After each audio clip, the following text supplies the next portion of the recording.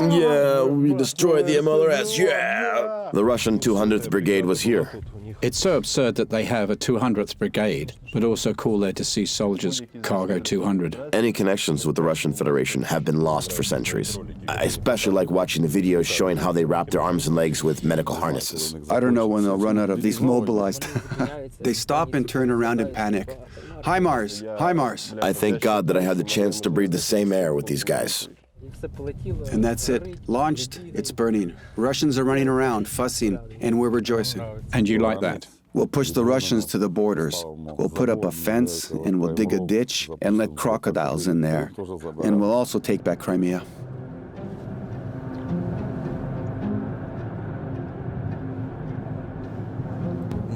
We are now going to Kupiansk to visit the 128th Battalion of the 112th Brigade.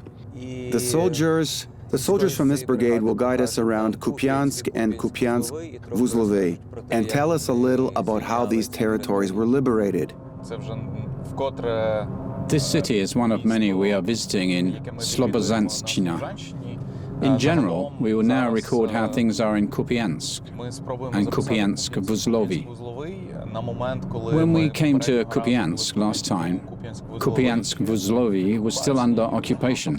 In fact, journalists were not yet allowed in Kupiansk, so we did not film any military facilities or anything like that. We filmed people's reactions purely.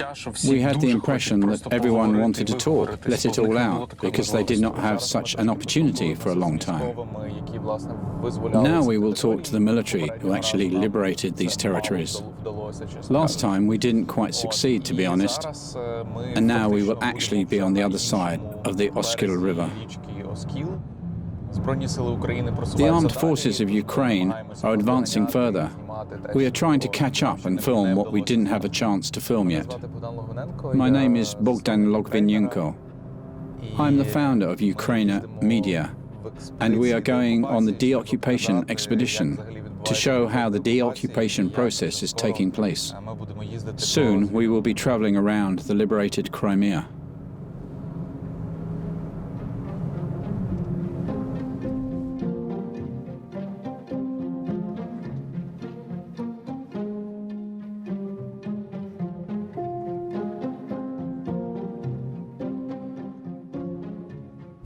I used to be a technical director in an IT company. Had a house with a pool and the whole deal. It was an excellent job, indeed. The company is still working, everything is fine. My former colleagues help me the way they can. No doubt, IT specialists can support a lot. It comes hard for me to talk about IT life now, though. Dmitro told us that you used to work in the tech field. Yes. Turn left here. I used to believe that I was a very busy person doing very important work. However, now it seems that this was not quite the case.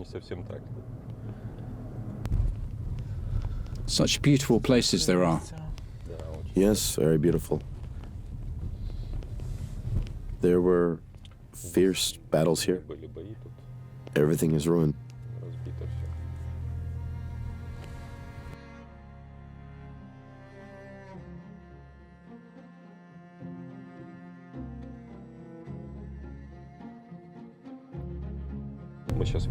We're now entering Kupiansk-Vuzlovyi. Its deoccupation was, of course, long and hard. There were various divisions. There were constant battles for it. Who, apart from the 92nd Brigade, operated here? Kraken Regiment was here, right? Yes, Kraken was here. Specifically here, there were only the 92nd Brigade and Kraken. Why was Vuzlovyi so crucial to the Russians? I don't think it was that crucial. I guess they just managed to get a foothold there. There is no direct line of sight to the river from the other bank at all those crossings. That is, there is such a small plateau that arise, forests and so on, so it is possible to destroy the enemy from that position. And it was also possible to establish the crossing because the Russians did not see what was happening there. And you can control how they get to this place. And here, there is direct visibility, That's why you can control the riverbank. It was impossible to shoot them from a long distance because there is a plain. That's why we couldn't cross here and suffered losses. And there is a more convenient place there, so we went higher and had to go down to Vuzlovyi. But here there are buildings, narrow roads, mined approaches, and so on. Once again, stop. Why not fight here? The streets are not visible, everything is narrow and dug up. There are many large Capitol buildings. One can place the 120mm mortar here and it cannot be detected at all. It hit 7 kilometers from the district, and that's it, meaning you can fight. What was the final point that made Russians decide to flee from here? It's hard to say, I guess. They were already running out of strength, and the way they were holding here. I'm not a general, I don't know. I have an impression that they were meanwhile equipping their position in Svatovo and entrenching in the Luhansk region. Russians have been trying to win sometime. They had terrible losses here. They sent a whole mess of people to death here. The Russian 20th Brigade was here. It's so absurd that they have a 200th Brigade, but also call their deceased soldiers Cargo 200. Indeed. In addition, they've definitely changed the brigade's staff around 88 times already. That fucking 20th Brigade, damn people who joined the 20th Brigade must be brave. Even though they're all crazy there, especially Putin, about all this numerology. Yes, somehow it worked for them too. Yes. And here, everything got tough. Here we fought to the utmost. Here, Russian artillery was striking. When we entered this area, after we had to retreat from the crossing, we entrenched at this edge quite quickly and got into it. Oh, and then we were holding it and developing further advancement from here. There was the key crossroad. We will now drive by. Here they are, sweet ones, still left. Our soldiers were sitting here, and there were the positions. Over there were infantry vantage points in front. Our boys were sitting there and adjusting the fire from their positions. There was a mine barrier ahead, but the Russians removed it for some reason. They were probably going to attack. 3 tanks entered, and it was funny in some way. The boys were sitting there and flying their copters. And then they said, "We see 3 tanks." We said, "Point them at artillery." What the fuck kind of artillery? We could see them visually. Damn, just grab them right here. In short, they grabbed some grenade launchers, took up the defense. They thought, well, now we're nailing it. There is actually direct visibility now if it goes between the trees. There were still many leaves then, and the second one picked up the copter and said, "I'm pointing the artillery." He told the coordinates. Artillery guys responded, "Are those your coordinates? Are you an idiot? You are directly firing on yourself? They are not even 300 meters here." Well, there is such an episode. The infantry orientated themselves. They destroyed 2 tanks with these shoulder-launched missiles, and the third escaped. It was eliminated later. Are these the tanks you were talking about? Yes, those are the remains. Can we come over? Yes, come, why not? They are done.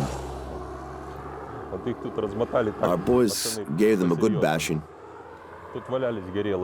Burnt Russians were lying here. There are even some items left. There were lots here.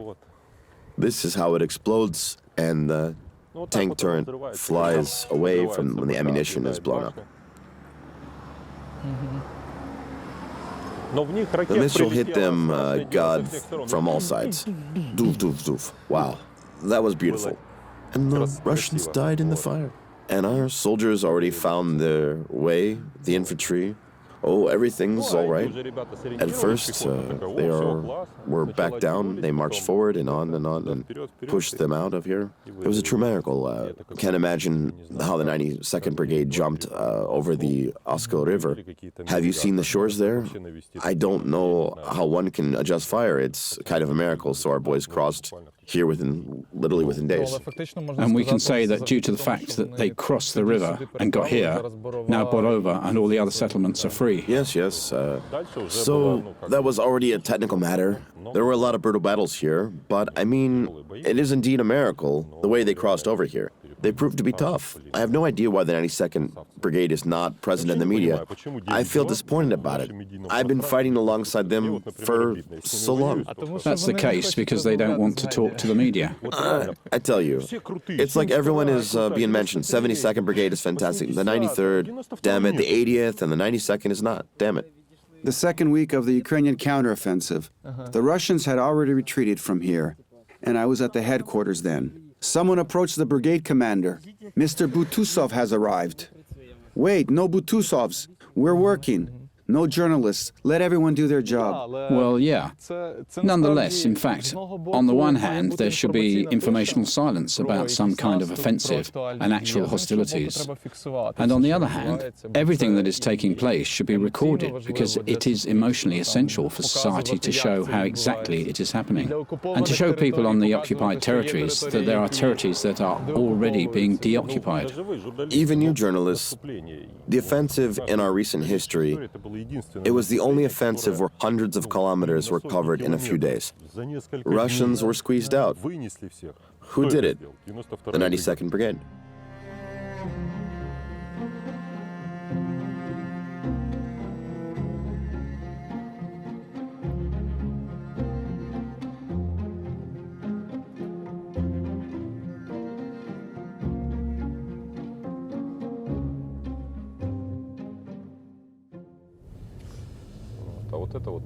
And here is the destroyed bridge through which the wounded were evacuated. Is it a pedestrian bridge? Yes, still pedestrian. Civilians mostly go here. Can we go there? Sure, why not?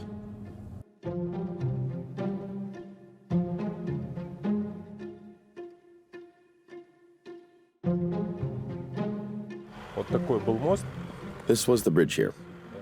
There was a checkpoint to regulate the cars, and the ambulance vehicles drove up here, dropped the wounded, and drove away. On the other side, other people picked up the wounded. This was the way evacuation was taking place. Yes, probably dozens of lives were saved. I guess so, I believe. Probably even more. Because otherwise one couldn't cross the river, and the guys are still walking through here because it's faster. Well, currently, such bridges are not being restored very much. It takes time. It's all about time. And you can't repair it just like that. You can't throw this passage from above. Bridges are generally challenging to repair.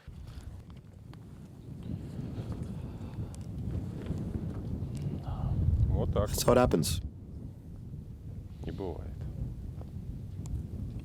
And there are always several crashed civilian cars in such places. Yeah, always. And it's unclear whose those are and how they got wrecked.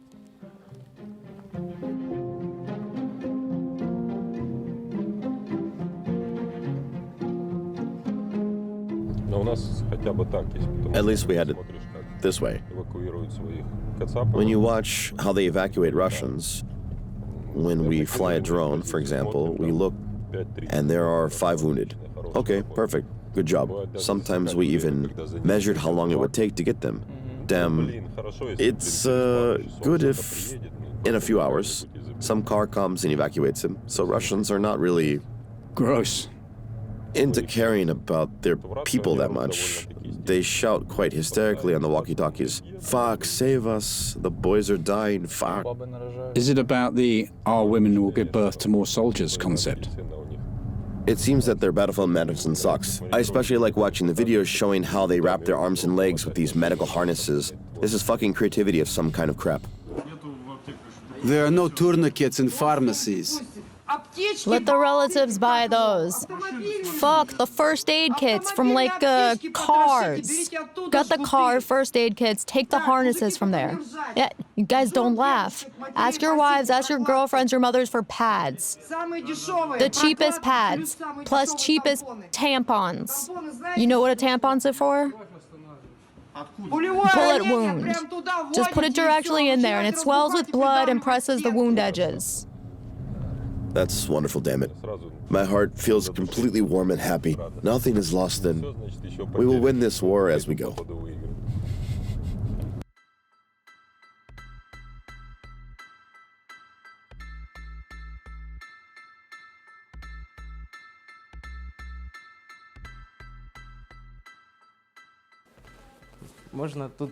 You can come and settle in here right now.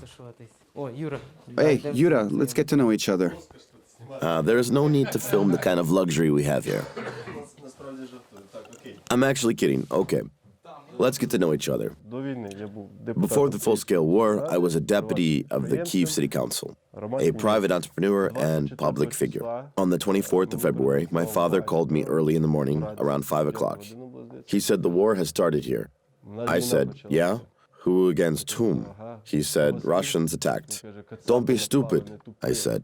Attacked whom? He said, us. I said, really? He said, yes. I said, fuck, seriously? Yes. The first thing I did, I don't know why.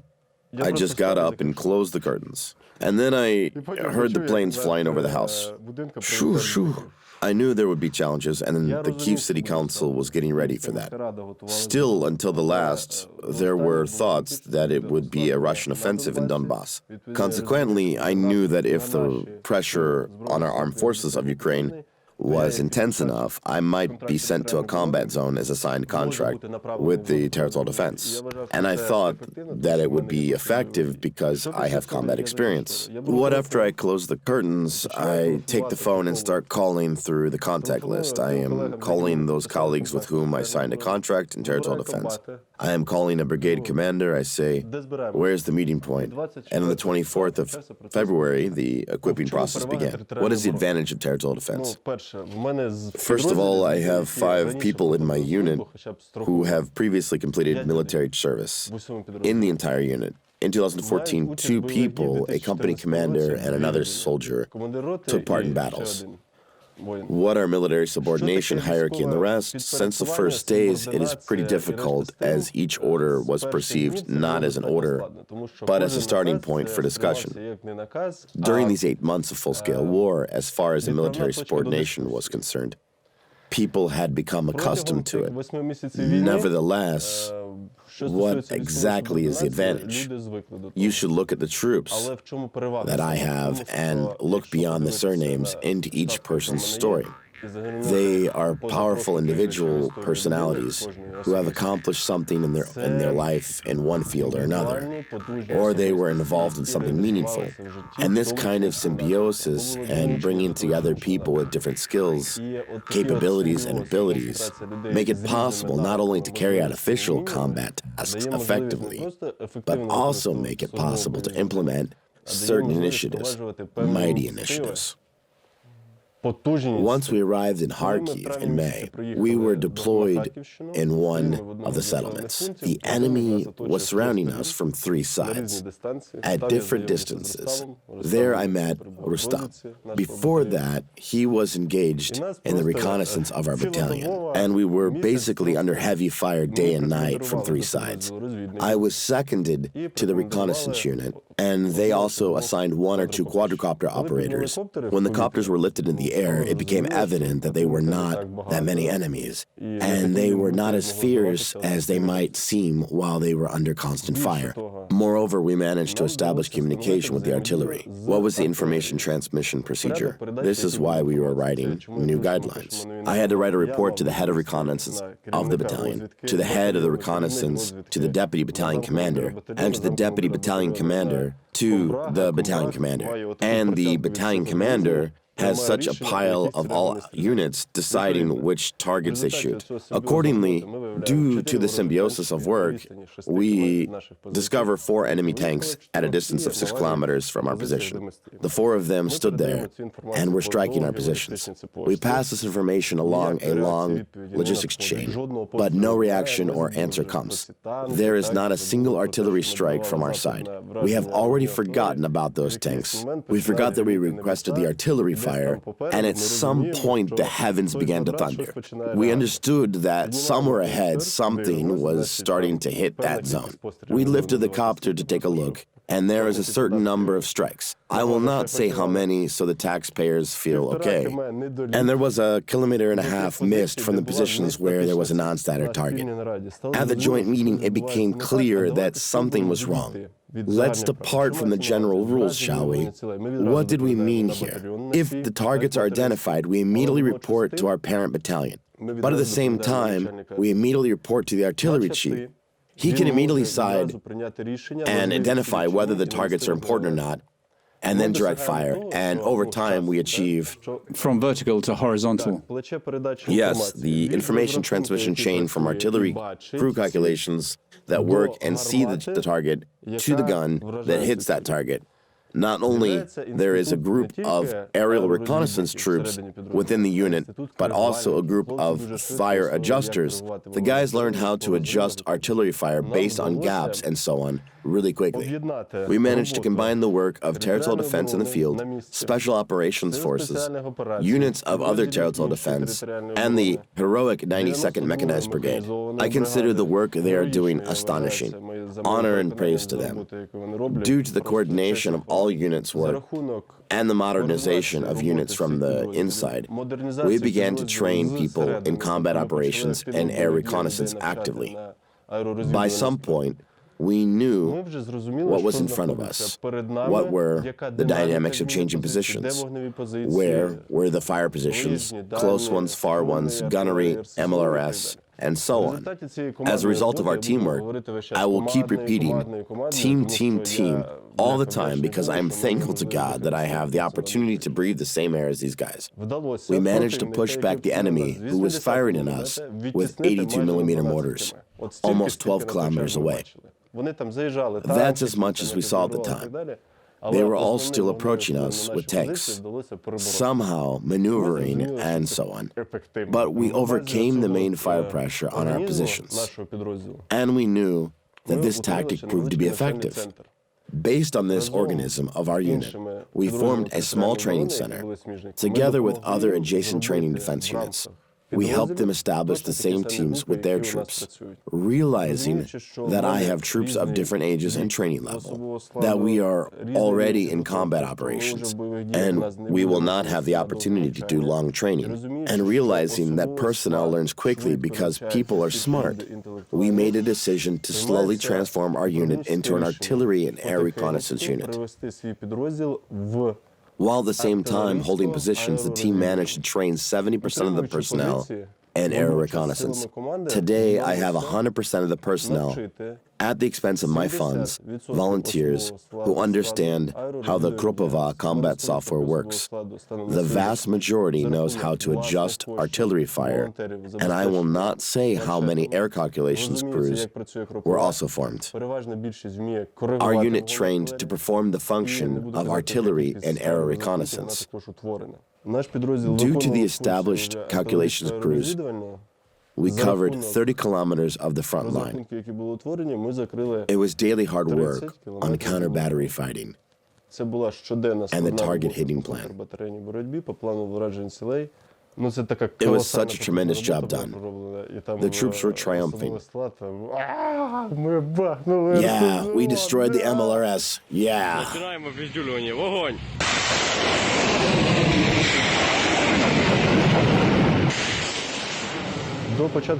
Before the start of the counteroffensive in Kharkiv region, we were told there would be a rotation.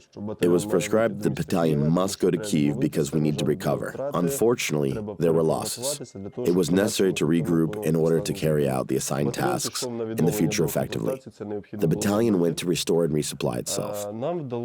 It had to be done. We managed to prove to the battalion commander, rationally, that the personnel of the 4th Company, with the company commander, had an irresistible desire to remain in the combat zone. Since we understand and know the sector and the square very well, we would rather not lose the advantage we have gained through systematic work.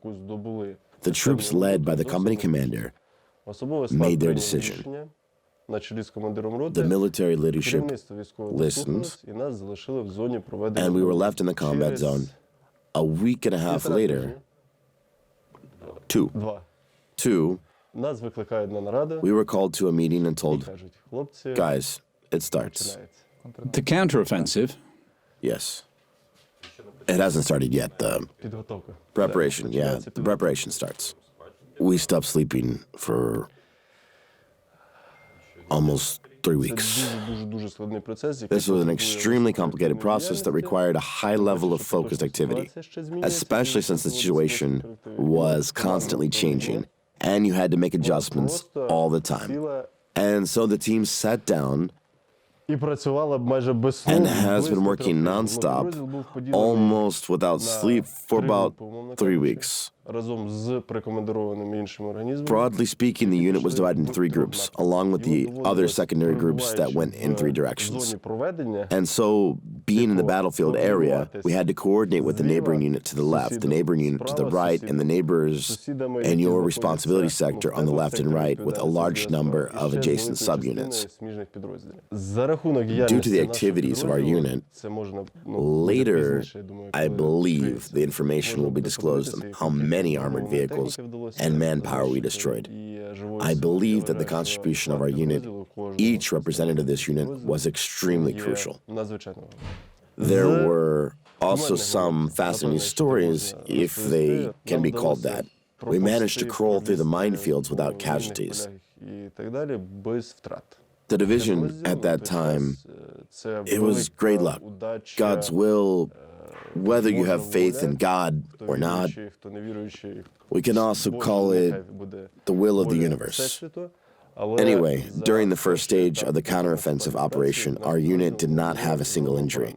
You should nevertheless understand the specifics of this job, because for the majority of the society, an aerial scout is some dude with a PlayStation who sits in a warm place and watches something from the outside.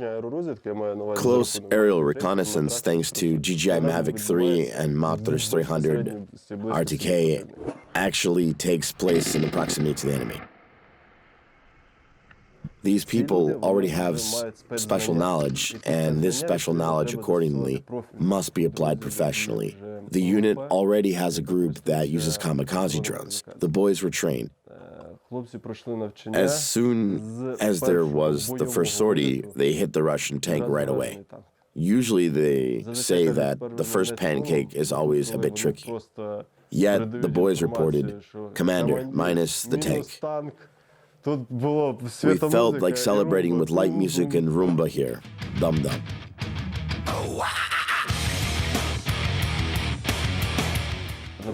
Sadly, I have a number of wounded guys in my unit.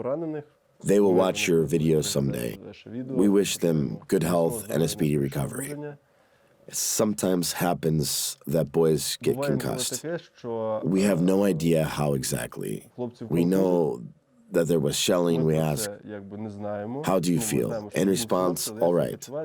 And they were indeed concussed. They will not report that they are not feeling well for a few more days and will continue their work. Do you even comprehend the level of their motivation? And then you will have the kind of situation when you arrive at the position, look, and he has a face as white as snow. And you will know this is a concussion. And what can we see in our neighbors? For instance, 92nd Mechanized Brigade. When others lose, I can say this way. It's not that they lose hope, but initiative. And the 92nd Infantry pushes forward. And what can one say here? They're heroic. A heroic brigade. The 92nd Brigade is often appreciated for the fact that many of its troops are locals. That is, even those who were now deoccupying these lands where we are now, they were actually returning home.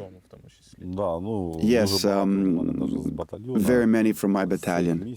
There's a lot of people who are originally from these places that we are right now. There are a lot of servicemen, both sergeants, soldiers, officers, who come from around Kupiansk. And we're very pleased. Well, I can't say that it was pleasant. What I mean is that the boys, they had a big responsibility, because their relatives are here. So when we finally liberated these territories, we had a lot of emotions because we got here no matter what. In the first days of the full-scale war, we only had one defender killed. When there were street fights in Kharkiv, we regrouped and started advancing from Kharkiv. So our unit liberated Chuhuyiv, Korobochkine, and Stary Saltiv. In Harakove, no doubt it was a hard case. In September, we tried to storm it twice. Basically, it was just when we broke through the Russian defense and took the Ivanivka village, which is behind Harakove, when they started running away. They ran so fast that in 5 days we reached Kupiansk. And in Kupiansk, near the river, our units met a powerful response. Aircraft were flying there every 10 minutes from Russia. Our troops were under very heavy fire there. Still, well done. They resisted and they held on. In fact, they have gained a foothold here on the left bank, right? Yes, they were entrenched on the left bank. The Russians kept us from crossing this side with aircraft. We needed from 3 to 5 missiles to destroy a target, because we do everything with aerial reconnaissance, with all the corrections needed. The Russians launched hundreds of rockets, mines, and so on.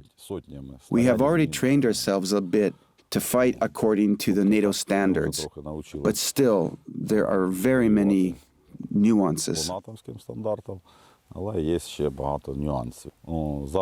Now, it's also hard because there are mobilized Russians. During the day, for example, we destroy many of them, and at night, they take away the killed and wounded, and they bring back a batch of new people. And that's the way they do it, every single day. To be honest, I don't know when they will run out of these mobilized, but... Russians announced that they have already stopped the mobilization while, as a matter of fact, it goes on. In fact, it goes on and it'll go on further, I believe, until some last drop about the understanding about the amount of people killed and the seriously wounded, when they'll finally get it and they won't invade us.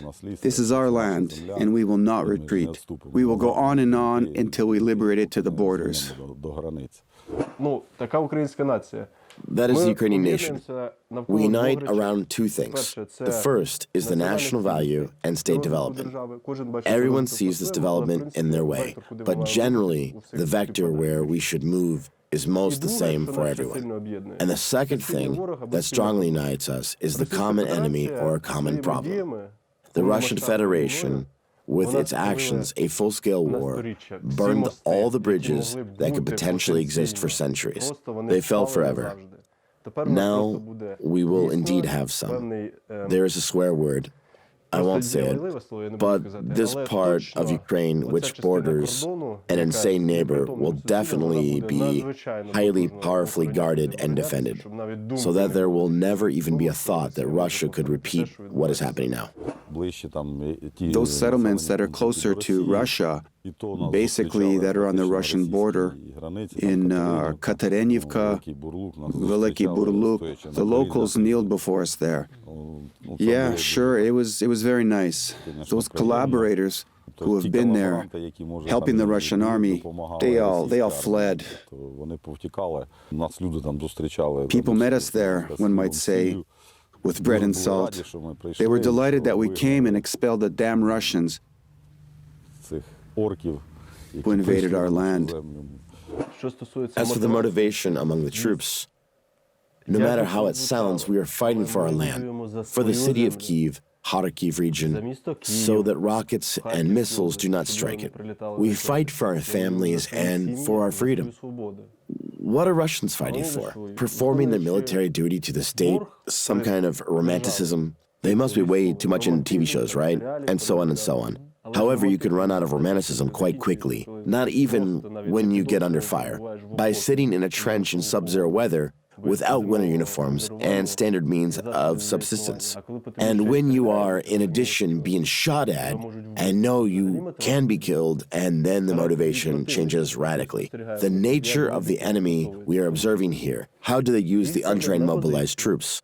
They are placed in a position with a small corridor left through which you can bring reinforcements. And now we are noticing that behind them, not only in front of them, but behind them, the territory is mine.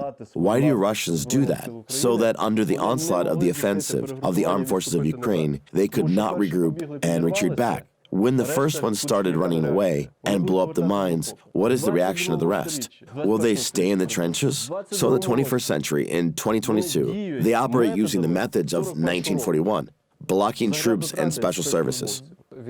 Is the abolition of serfdom in the Russian Empire fake? Slaves, I'm sorry, but they are indeed slaves. Non-slaves would not have been tolerating 1 liter, damn it, for 24 years. What sane state will tolerate an executioner? They torture their people. The standard of living there has not improved at all. If they loot toilets, I guess it's the kind of currency in Russia.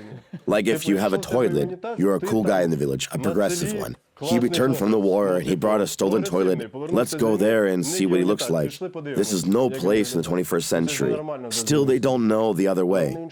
And that's why there's a faint chance that someone will watch your materials you film, look at themselves in the mirror and ask themselves, maybe I'm not a serf, maybe I need to change something.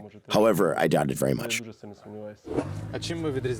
And how do we differ from them, from Russians? We differ because we Ukrainian people, we are the Cossacks. And this Cossack spirit, it's alive.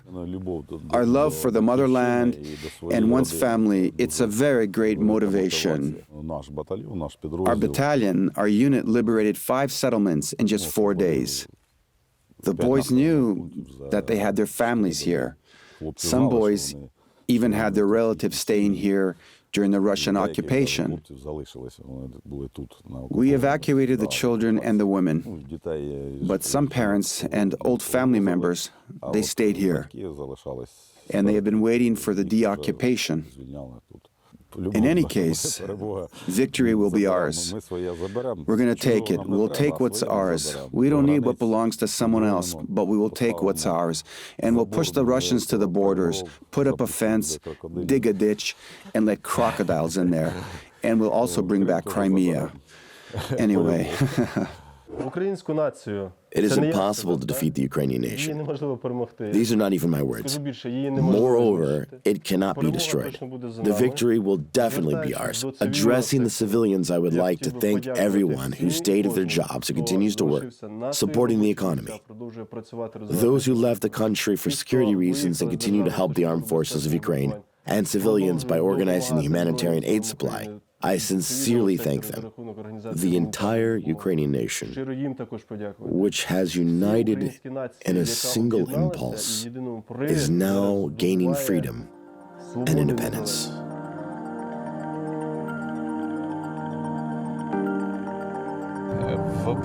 During our previous expeditions to Slobozhanshchyna, we first filmed Prostyanets. It is a town in the north of Slobozhanshchyna, and after that, at the end of May and the beginning of June, we also had an expedition to Kharkiv, where we filmed a large episode about Kharkiv. We had several heroes who talked about Kharkiv resisted the Russian invasion and how they actually repelled the primary Russian full-scale offensive. Next, we filmed in the Deoccupation community. We recorded it in June and did not release it. This material was actually published when the entire Deoccupation community had already been deoccupied. We also had a series from the Mala Rohan village released at that time. Our amazing story is that we collected money for the farm, but the restoration process couldn't happen. So we transferred this money to the Come Back Alive Foundation. Apart from that, we also filmed Izium, Balaklia, and Vovchansk in the Kharkiv region. These are the episodes that came out. In general, we are currently focusing on smaller towns and villages. Most media are now publishing stories about large cities, Izium, Balaklia, which we have already filmed before. So now we are trying to pay attention to the smaller settlements and tell how the resistance took place there. Like that.